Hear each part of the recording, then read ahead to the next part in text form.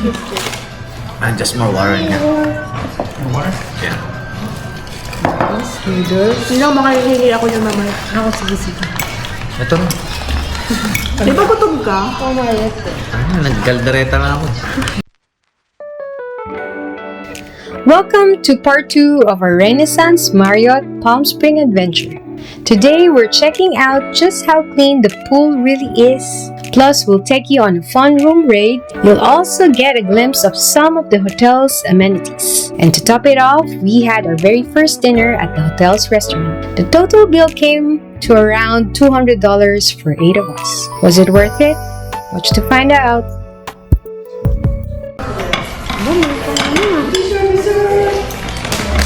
Kala ko binigay mo na kanina. Yeah. Thank you. Wait lang, walang video. Wait lang yun. Wait, good. Thank you. I'm very good.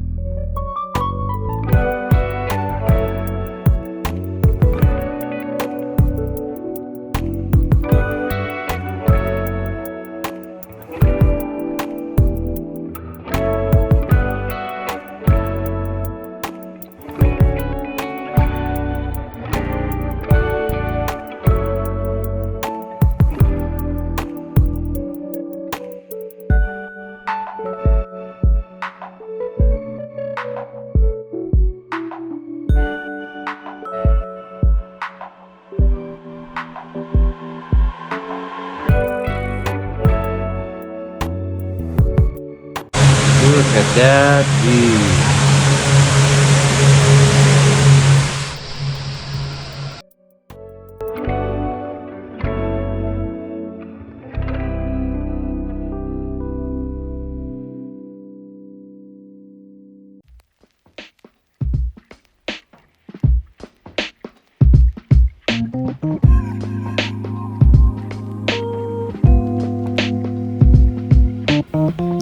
So here's our room. As you saw earlier, we sun-dried our bathing suits on the veranda.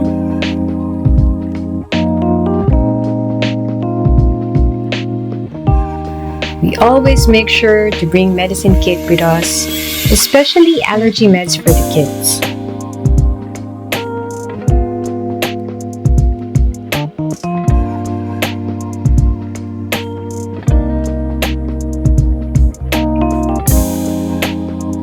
Over here, you see some of the yesterday and breakfast leftovers. Very Pinoy culture.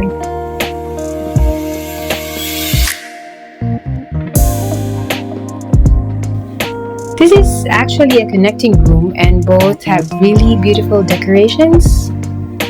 Now moving on to the bathroom. Since we have a toddler, you'll spot some milk bottles around. Part of our family travel essentials.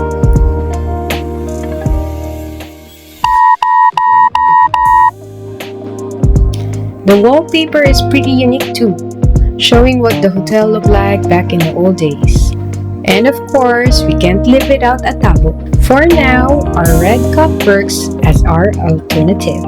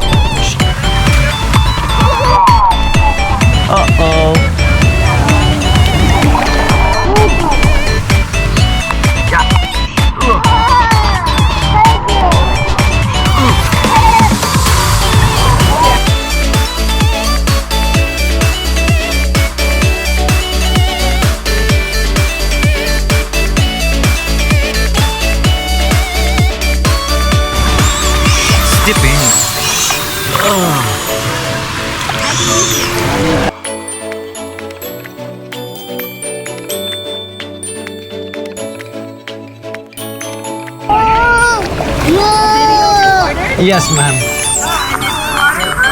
Yes, ma'am. It's 360.